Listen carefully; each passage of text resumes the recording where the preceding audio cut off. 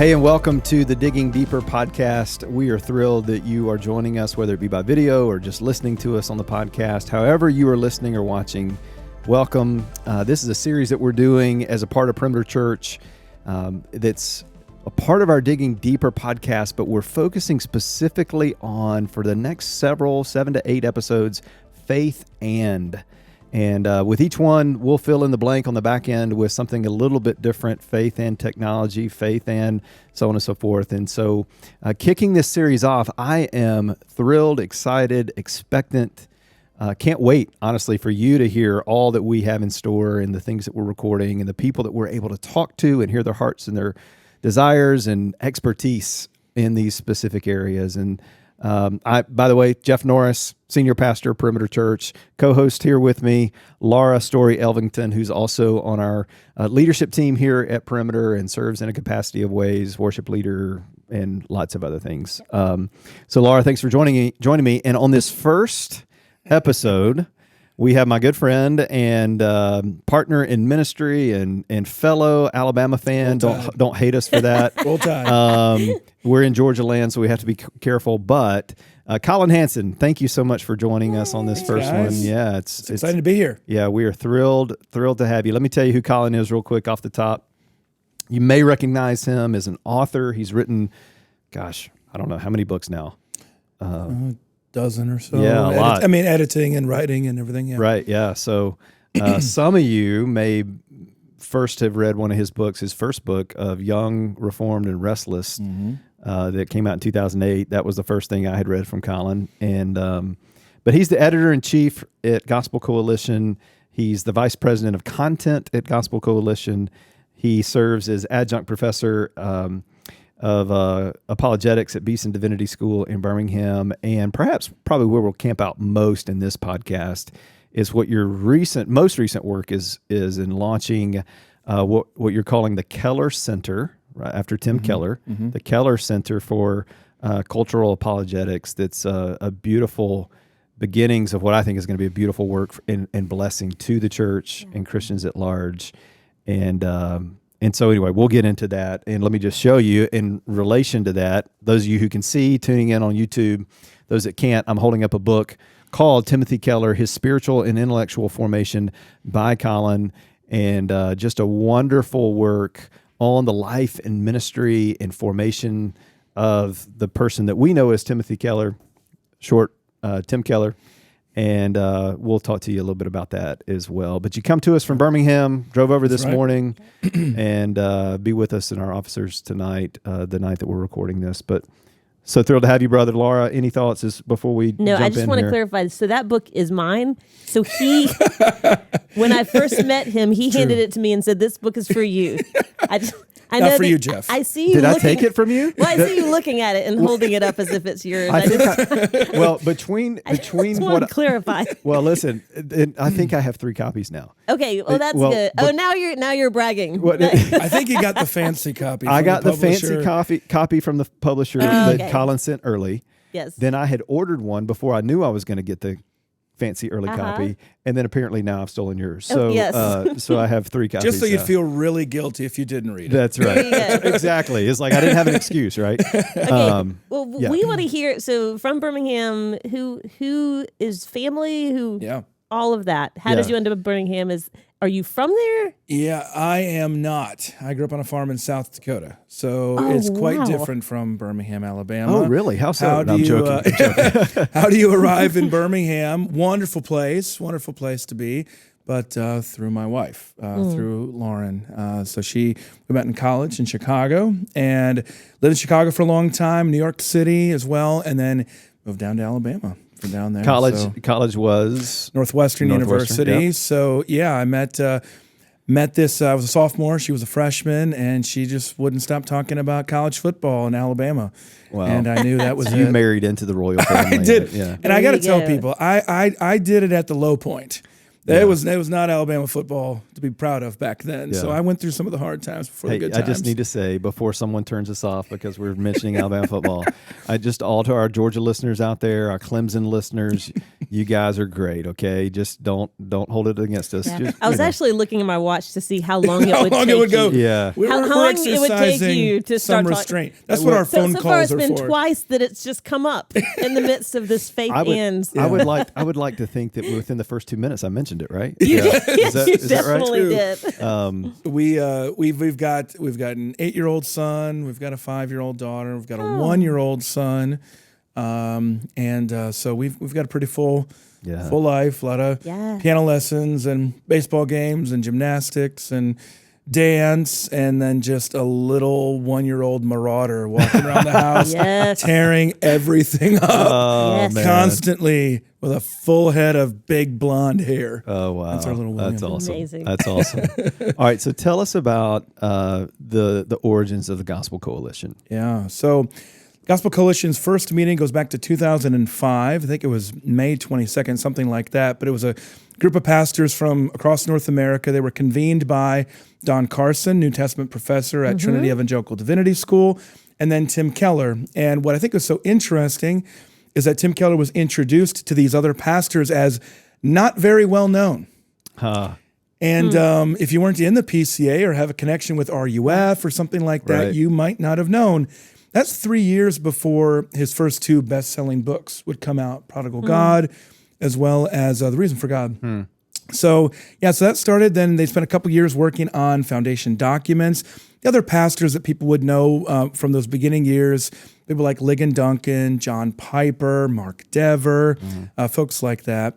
And so that was the first couple years working out their documents, which you can still go see today on our site, thegospelcoalition.org, our theological vision for ministry, originally drafted by Tim Keller. And then 2007, first public meeting, that's when I covered it for Christianity Today magazine. And the whole idea was calling the North American church, especially, now it's spread all around the world, calling back to first principles, calling back to the gospel. So it's like how biblical theology, more or less, from Genesis to Revelation, points to Christ and fulfilled in Christ. If you guys are watching on YouTube, you can just go out there and check for Tim Keller's message on gospel-centered ministry from 2007. It was a transformative message where he goes through the whole Old Testament. Well, first of all, he says, you have to realize the Bible's not about you. The Bible's about God. He goes through the whole Old Testament and shows how everything is pointing to Jesus. So the idea was show how all of the Bible points to Jesus and his gospel, and then from that gospel, how it applies to all of life. That was the basic idea that they came together around. And for me as a seminary student at the time, that was so exciting. At Divinity. At Trinity Evangelical Divinity School. I was studying biblical theology there with Don Carson. And I think for me, just my faith came alive in new ways when I was seeing the Old Testament come alive. And that's never changed for me ever since then. It's always been what I've been excited about with TGC. And so, I've been there since 2010. And serving in a variety of capacities on our content side. And so your entry point there was through covering the event for Christianity Today or through Don that's Carson? Right. Covering it through Christianity Today. And then Don Carson was one of my professors and then recruited me through seminary. I thought I was heading into pastoral ministry. The Lord had some other ideas, and that's where I've been ever since. So you've been there ever since graduating seminary? 2010, So, in fact, kind of the way it worked out was that I was looking for a job, and my wife and I felt strongly led to Birmingham for a variety of reasons, evangelistic reasons, missional reasons, connections to Beeson Divinity School. So we ended up choosing a job that would allow us to move to Birmingham, and it was remote. The Gospel Coalition was remote at the time and still is before everybody else went remote around the world after 2020. So 13 years with the Gospel Coalition now. The impact that entity has is tremendous. I know for me personally, I go to the website often, read the articles often. So much of just even how I think about ministry and theology, biblical theology and so forth, has been shaped by so many of the authors that have been featured on the Gospel Coalition and so forth. What's the mission for it? What's the mission statement? What is it you guys are chasing after? What is it you're hoping to accomplish through the coalition? Well, church can become about a lot of different things. It can become about politics. It can become about connections for business. It can be a social network. It can be an entertainment venue. But the only thing that actually keeps any church going is the gospel, the message of Jesus Christ's death and resurrection for sinners. But we're constantly tempted to become about other things in the church, make other things the primary thing. And so that's always been the message. That's what our mission is, help church leaders, but that could include parents, that could include small group leaders, pastors, professors, anybody like that. Just help them get focused on the gospel and then see how that applies to the rest of their lives. One of the things that I appreciate the most about TGC is the effectiveness to which you guys are able to produce content that is helpful for this cultural moment, right? And speaking into, yes, historical Christianity and orthodoxy, while also, like you said, even like helping parents, even like use that as an example again of how do we raise our kids in this day and age? I could go on and on, but so kind of launching off that, you guys have you have started this Keller Center, right, for cultural apologetics, which again, like I said in the opening, man, I think there's so much of a beautiful opportunity that hopefully the Lord is birthing through this. Maybe we start here with that as we kind of move into this category of cultural apologetics and just this cultural moment. What is this cultural moment? Like what are ways, I mean, that's a huge question, obviously, but what are some ways that you can say, like, hey, here's what we're looking at, here's what we're facing, here's what we're walking into in the next years to come and even right now? I think, Jeff, that most of us are just trying to get through each day. You wake up and you just think about all the responsibilities you have for family or for work or just cleaning up your house or who knows. I mean, no matter what age you are, single or married or younger or older, you're just kind of thinking, you're thinking just on that eye level. You're not necessarily understanding what other things are happening, what other things are affecting your life. And I had a moment years ago when I was talking with a professor named James Davison Hunter at the University of Virginia. He's a sociologist.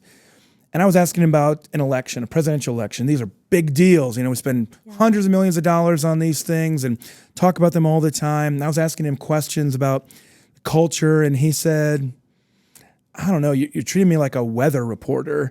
He asked me if it's going to be stormy tomorrow or overcast or sunny. He said, I'm a climatologist. I talk about 50-year trends, 100-year trends, those kinds of things. And it clicked with me, and I thought, so many of us are thinking just, is it going to be sunny tomorrow? Do I need a coat? Instead of thinking about how have things changed in the last 50 years or 100 years or where are we heading in there? And so to answer your question, Jeff, most of the questions that our culture moment are not about the things that you think of, that you see on your social media feed. The immediate. They're about the things that you take for granted. They're the things like, what are the effects on a society of delayed marriage? People get married much older or are much less likely to get married. What are the effects of far fewer babies being born? What does that mean? What happens to a culture when 40 million Americans have left the church in the last 25 years? Those are the kinds of questions that I try to focus on at the Keller Center for Cultural Apologetics focuses on as well. But that's kind of our cultural moment, is that a lot of the things that we think are the most important are not.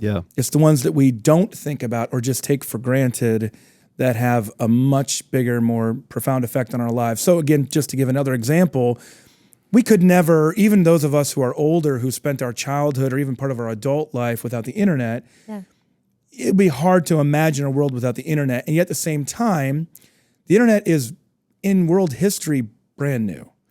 We don't have any sense at this point of the consequences. So let me give you an example. When we look back on the internet one day, will it be something like the invention of the printing press? Huge development. There's no Protestant religion without that. There's no Western culture in a lot of ways, or at least our understanding of it, without the printing press. And yet, is the internet a better analogy for the printing press or the invention of language itself? Well, those are two very different things. Language itself was one of the most important inventions in all of human history. Yeah. We see it right there in the beginning in the Bible, the scattering of the languages and the Tower of Babel and things like that. Which is the better analogy? We don't have any idea. Yeah. At this point, it'll probably be our great-grandchildren, our great-great-great-grandchildren that kind of figure that out. But we have to get a handle on some of that now to understand what sort of effect it's having on us that we don't even really anticipate. Interesting. Yeah.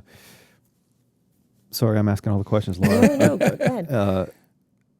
You shared I'm still back on the house cleaning thing. Yeah. Were you saying I just met with my 1-year-old son of like, how do I get it to stop him from putting his shoes in the tea kettle? Are you saying that we should be cleaning our house? Is that right? And the cultural effects of not? Is that it's a lost cause in my home. Yeah, go ahead, Jeff. That's yeah.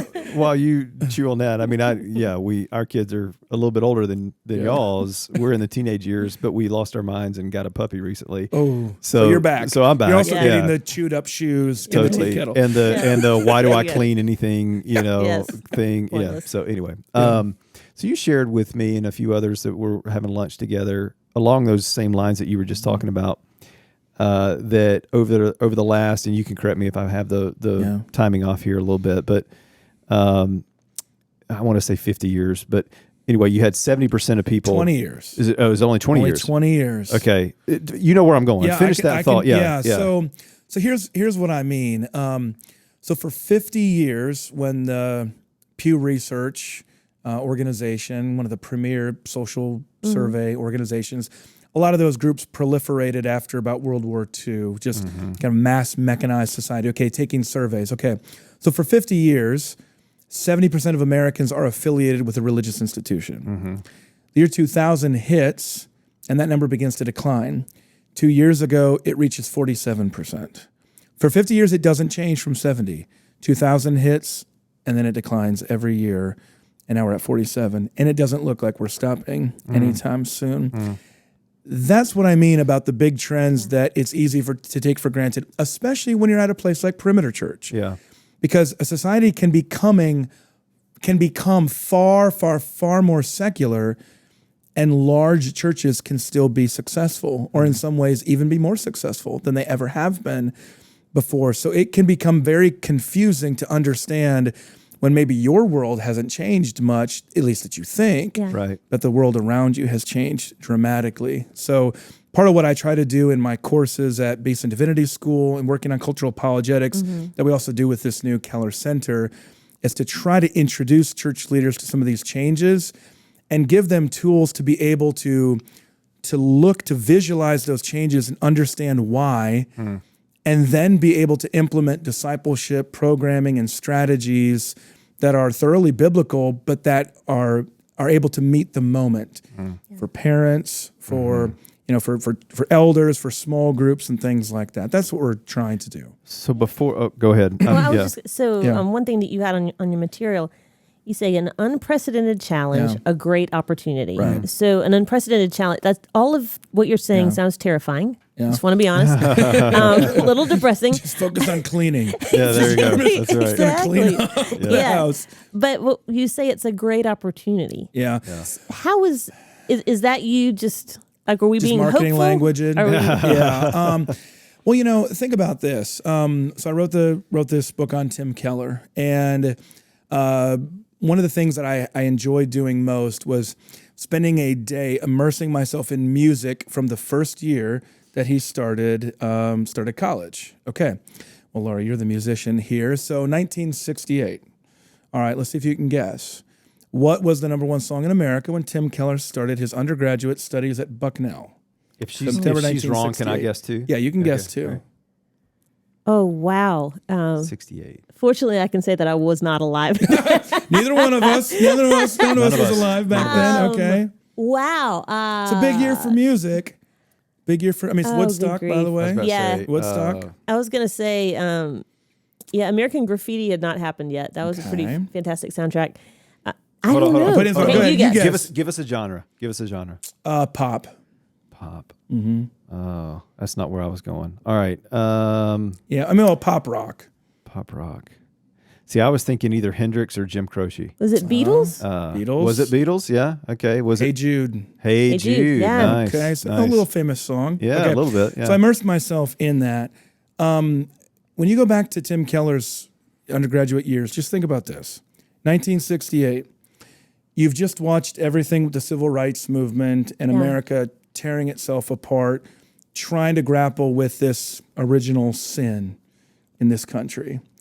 You've watched that year Martin Luther King be assassinated. You've watched Robert Kennedy be assassinated, only 5 years, of course, after his brother's been assassinated. You've watched Woodstock. You've watched the Democratic National Convention in Chicago descend into complete chaos, police brutality, things like that. You're an undergraduate. Your professors are all teaching you about the death of God.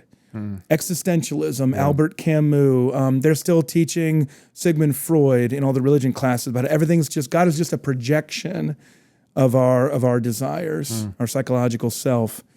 Okay, do you think that was the time? Would you have ever expected that was the time, Laura? Yeah. That God would send one of the most massive revivals of religion in American history, the Jesus movement. Yeah.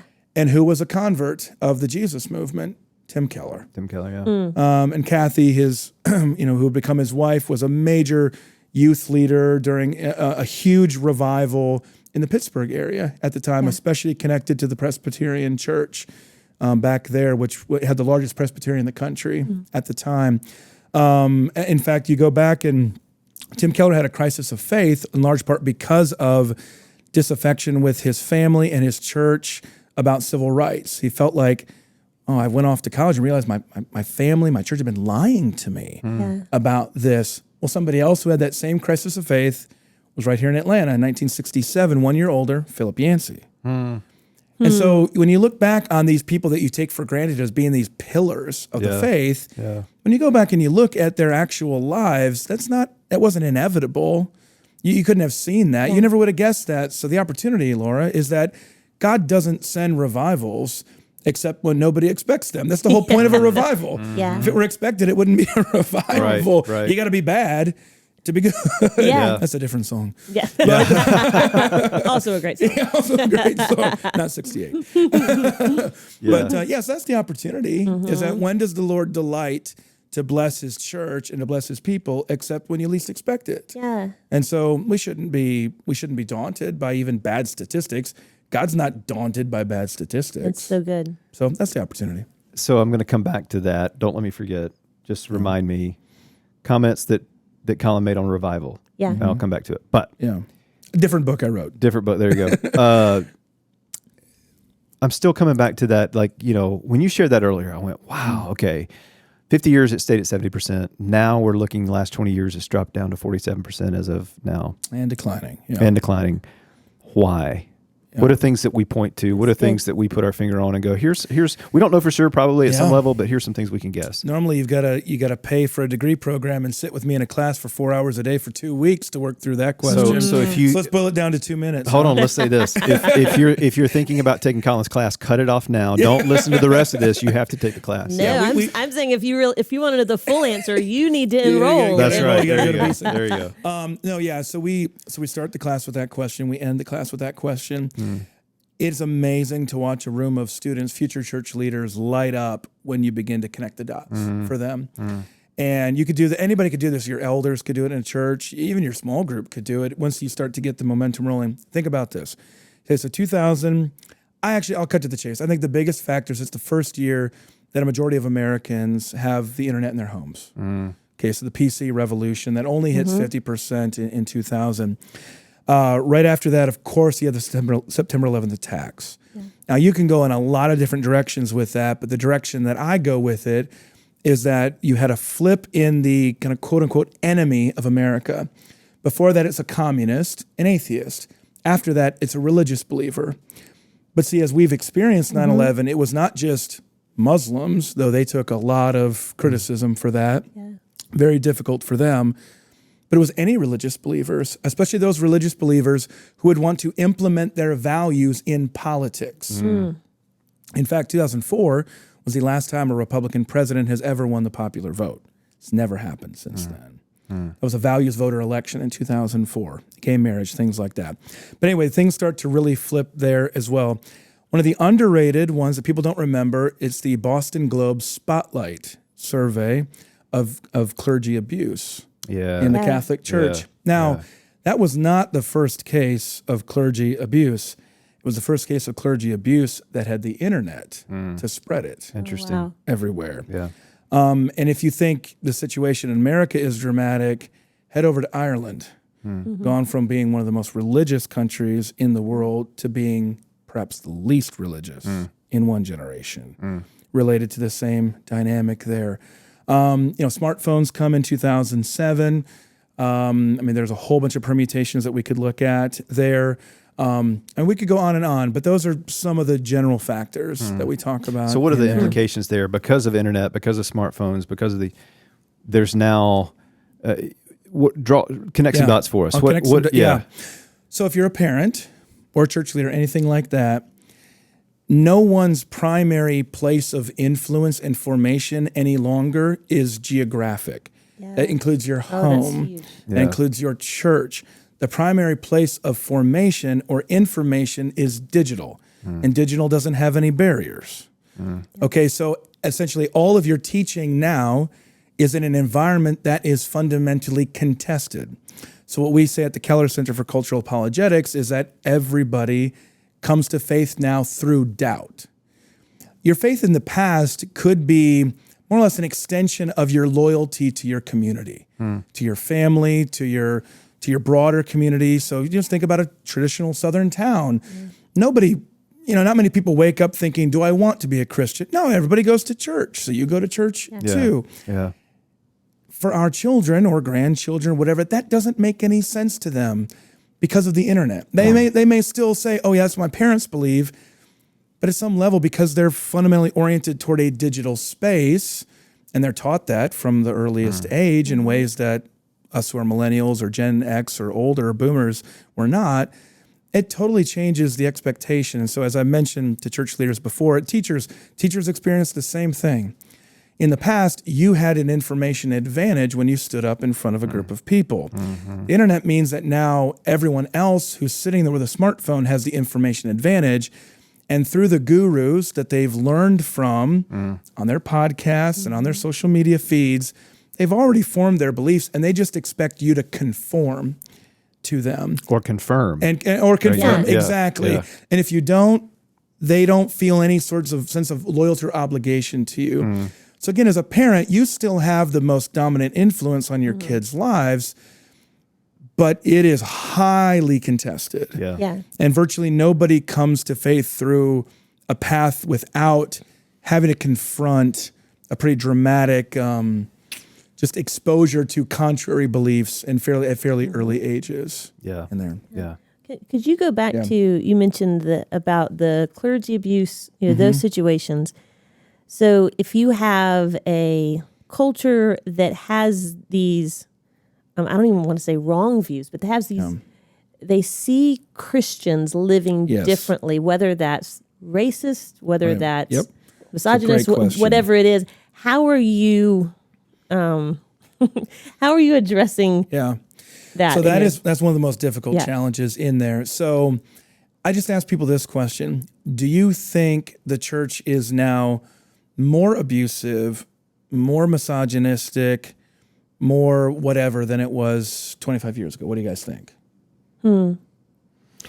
My guess would be to say it's not. We just know more.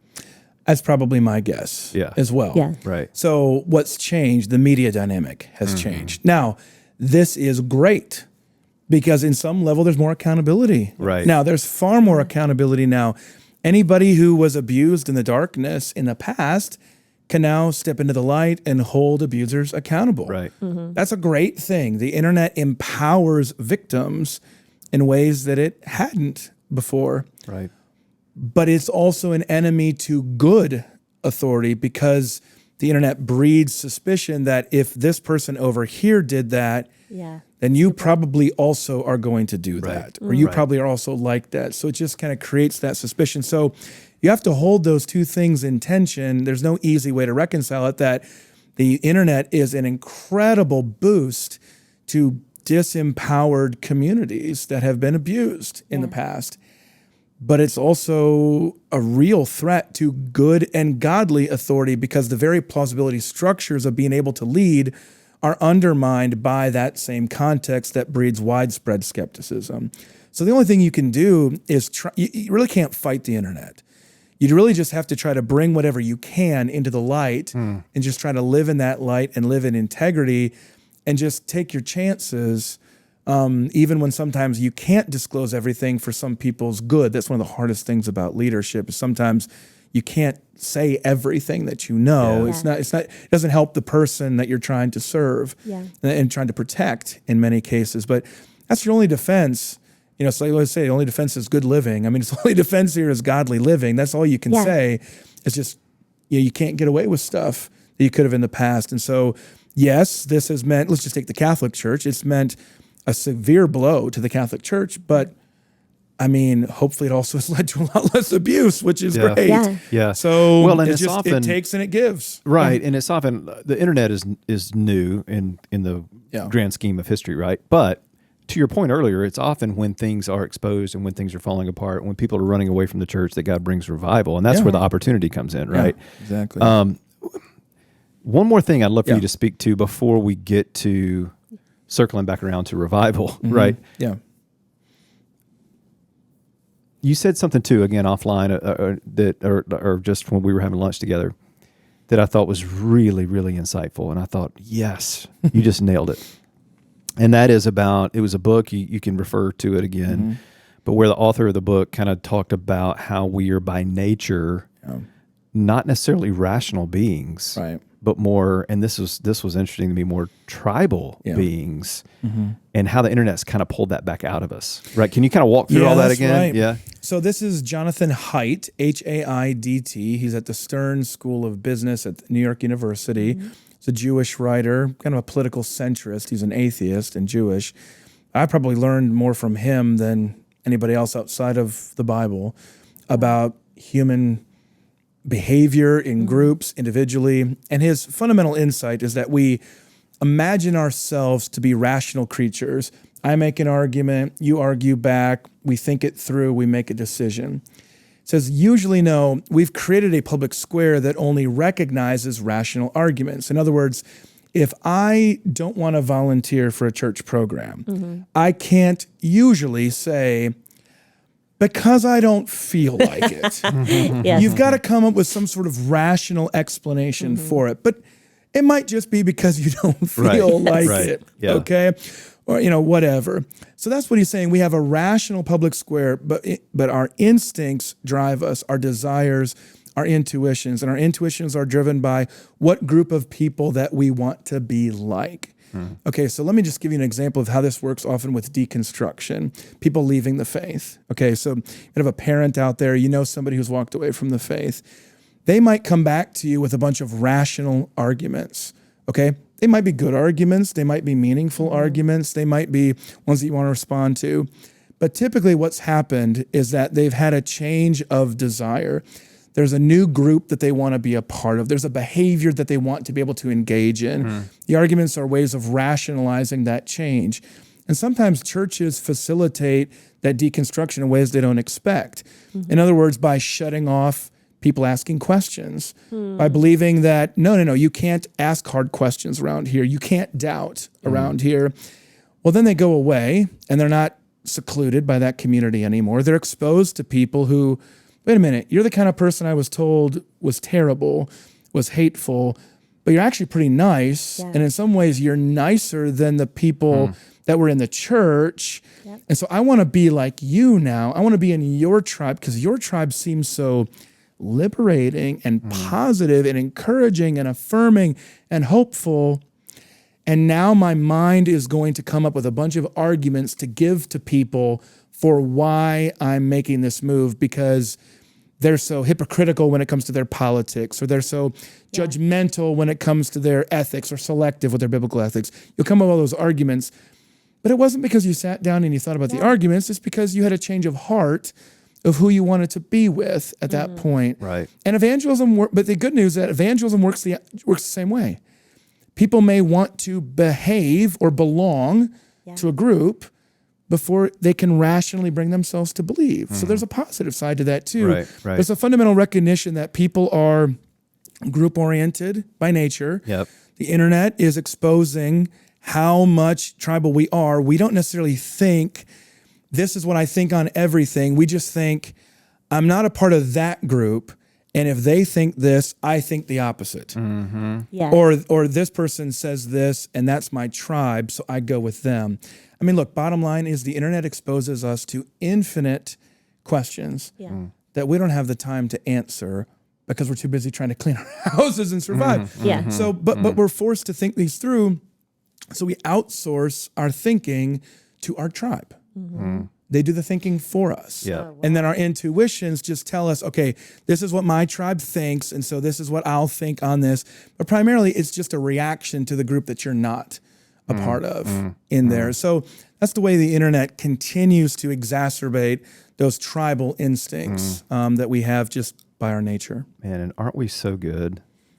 Aren't we so good? And this goes back to things that Jesus would talk about. Yeah. It, talking really well and often about what those people do, right? Yeah. And what they're messing up and what they're terrible at, but not really self-criticism, right? Well, this is a preview, Jeff, of what I'll be speaking about with the officers, because the exact temptation is to preach biblical sermons that call out the sins that we don't struggle with. So you can sound very biblical, you can sound very courageous and convictional because you call out other people's behavior.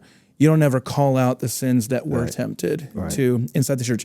That's just tribalism right there. But we can kind of hide behind a self-righteousness and call it courage. Which was Pharisaical in its nature. Yeah. Now, to be fair, things that can be called out are legit. I'm not right? saying you shouldn't call them out. I'm saying you shouldn't only call out the sins out there. It's at the sin gets inside our expense church of our walls own. too. That's right. Yeah, it's only one way as opposed to both ways. That's right? what I mean. Yeah. What are you chewing on, Laura?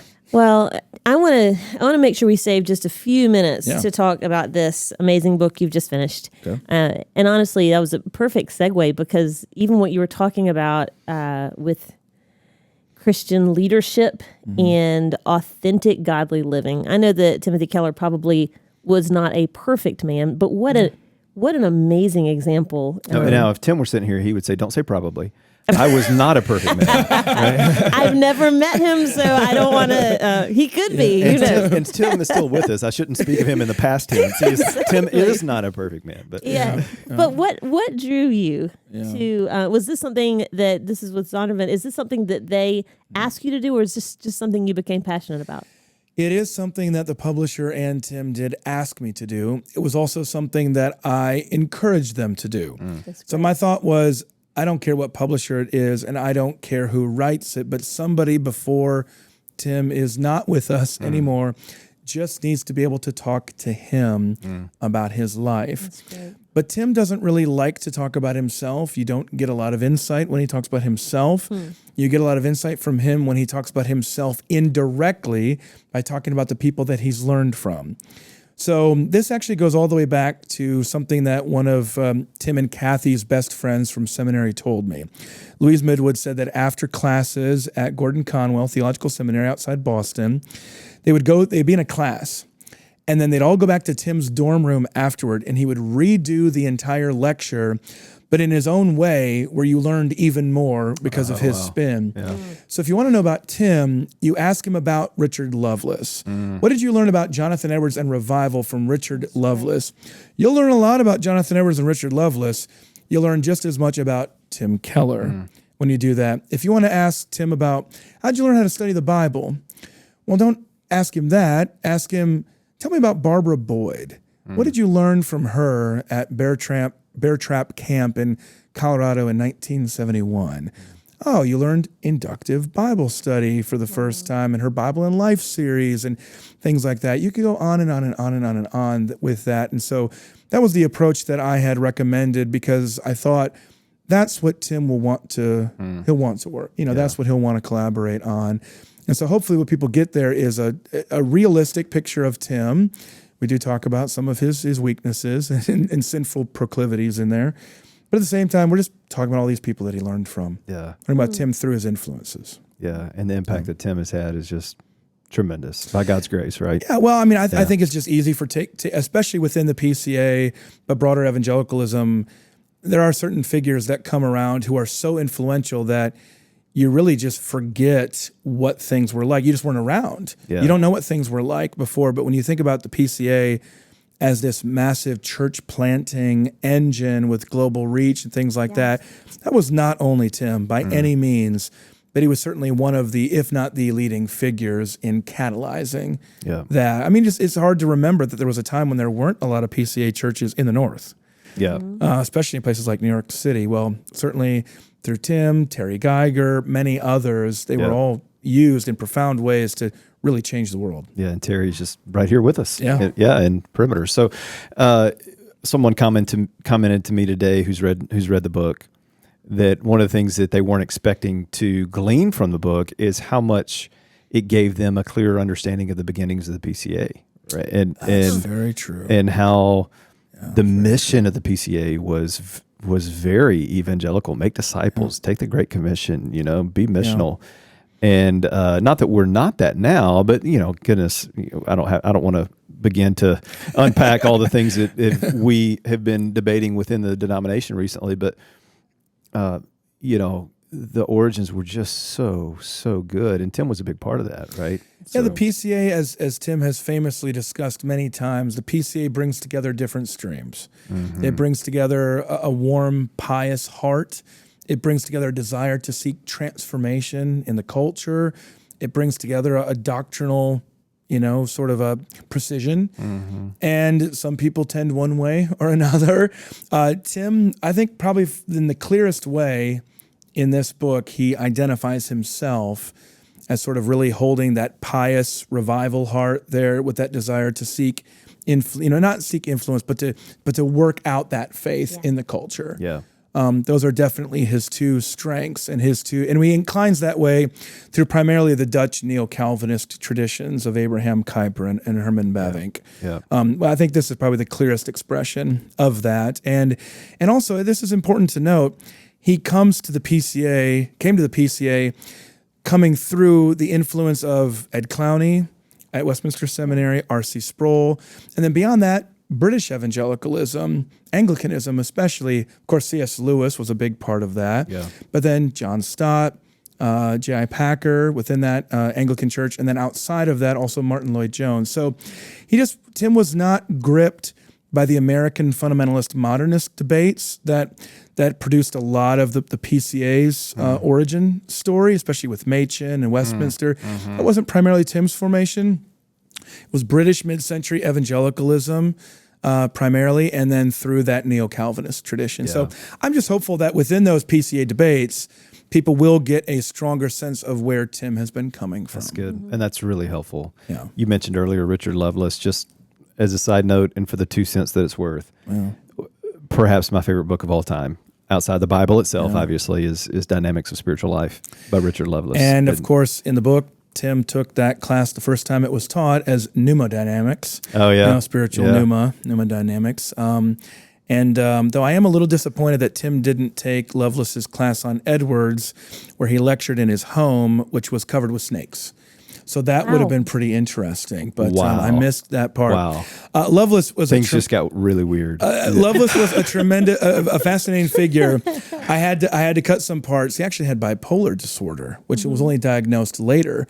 Did he really? I did not know that. Wow. He got fired as an associate, maybe youth minister at his Presbyterian church when his alligator jumped out of the organ. What are we talking about? Yeah, what? So hold on. Really? So wait, you kind of lost me at this. It's amazing. It's amazing. All right, hold on. Let me just recap for a second. He had snakes on his house. All over his house. And then an alligator in his organ that jumped, or at least organ. Yeah. Oh, wow. An alligator. Jumped out an alligator. I'm telling you, everybody was like, Lovelace was notoriously absent-minded, and I'm like, oh man, when you actually start looking at the stories, they didn't know the half of it. Yeah. So as a professor, have you ever tried this tactic with the snakes? Oh, goodness sakes. They also, I think actually he got fired because he showed a really weird R-rated horror movie within his youth ministry. I need you to stop because Loveless, like I said, Dynamics of Spiritual Life is my favorite book ever. You're ruining for me. No. It's not meant God to ruin.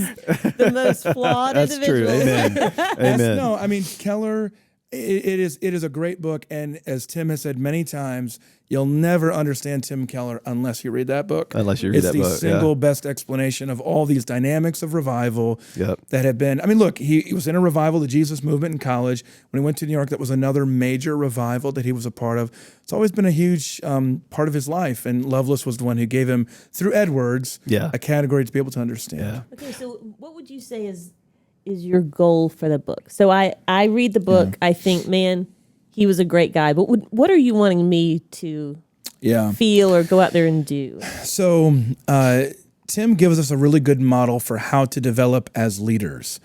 It could be as a parent, could be me as a dad, it could be as a worship leader, it could be as a preaching pastor, whatever you want. But the paradigm he gives us is rings on a tree. Mm-hmm. And I think a lot of leaders, when they're developing, they go through fads. It's like I call it lily pad theology. You just jump to different fads that you get interested in over time. I like that picture. But that's not Tim. Tim's a ring on a tree guy.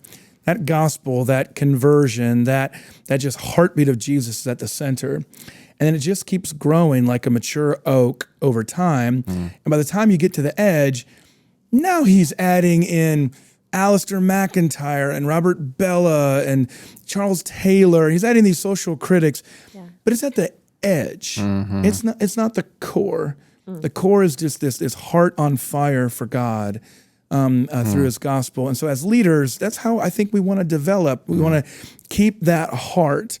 That if we were if at the end of our lives we face cancer like he does right now, then what we will be desiring is, number one, a prayer life that continually seeks revival. As he says, I'm not fighting my cancer, I'm fighting my sin. That's where we want to get.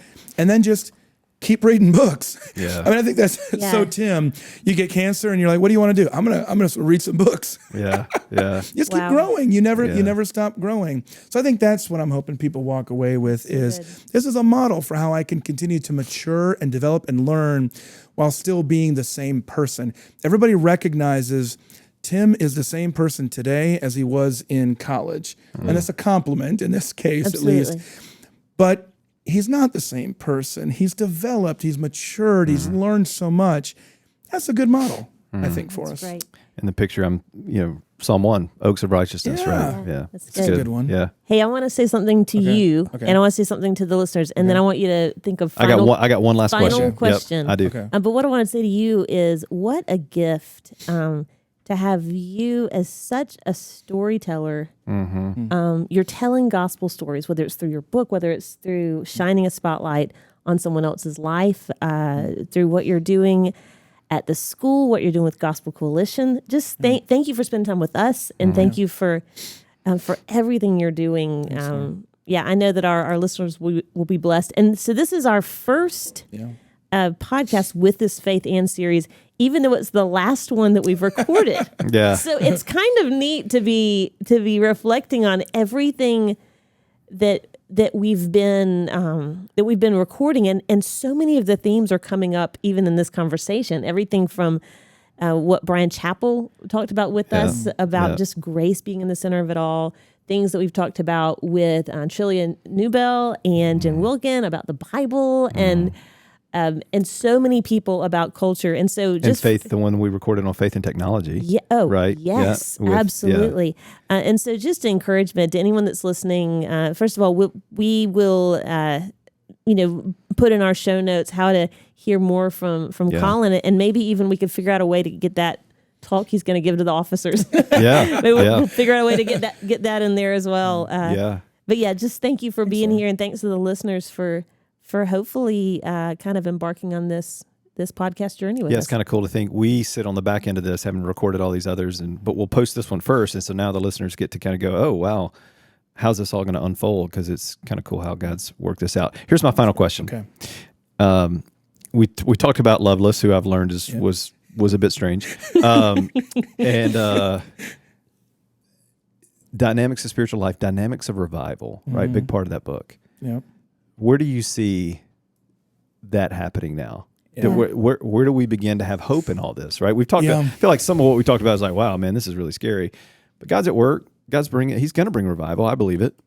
Where do you see it? Well, you may have seen, we're recording this not too long after the Asbury revival, and we had some of those dynamics at Samford and in our chapel as well. And a friend of mine who's been in college ministry since we graduated 20 years ago said to me, there's something, the younger generation is not as cynical.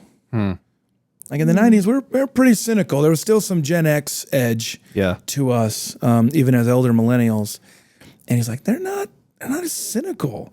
They can be a little bit skeptical of being pitched on certain things and all that, but they're not as cynical. They seem to want to, and who knows what the effects of the pandemic are going to be long term. That's the generation that's going to have borne so much of the brunt. Not necessarily the disease itself, but of just the effects of everything. And these things don't have to be negative in the long run. They can be really positive in the long run. And so I think there's any reason, revival, as I mentioned earlier, by definition, is not something that you expect. Otherwise, the stories wouldn't start with, nobody ever could have seen this coming, and then God, at just that time, that's the whole point in there. So, I'm really hopeful about that. One benefit you have when you've done a history of revivals like I have in my book, God-Sized Vision, is that as soon as I saw what was happening in Asbury, I thought, this is like Timothy Dwight at Yale in the early 1800s, grandson of Jonathan Edwards, the president of Yale. And we totally forget, because we just don't have perspective on history, we totally forget that when Timothy Dwight got there, the attitude was there were no Christians at Yale. They were all obsessed with French atheistic philosophy, which makes sense because it was the American Revolution, the French Revolution, right? We think, no, people in the past, they were dumb. Therefore, they believed in God. We just have this primitive view. It's not remotely true. But if you don't understand that history, you don't have the context to say, nobody thought there was going to be a revival in 1800 at Yale. They thought the opposite. So why would we ever have reason to be skeptical today? Yeah. There's always hope. God's always at work. Hope. Yeah. Yeah. Love it. Collin, thank you, brother. Yeah. What a good conversation. We'll have you back again. All right. Yeah. There's so much more we could talk about. Thanks for joining us.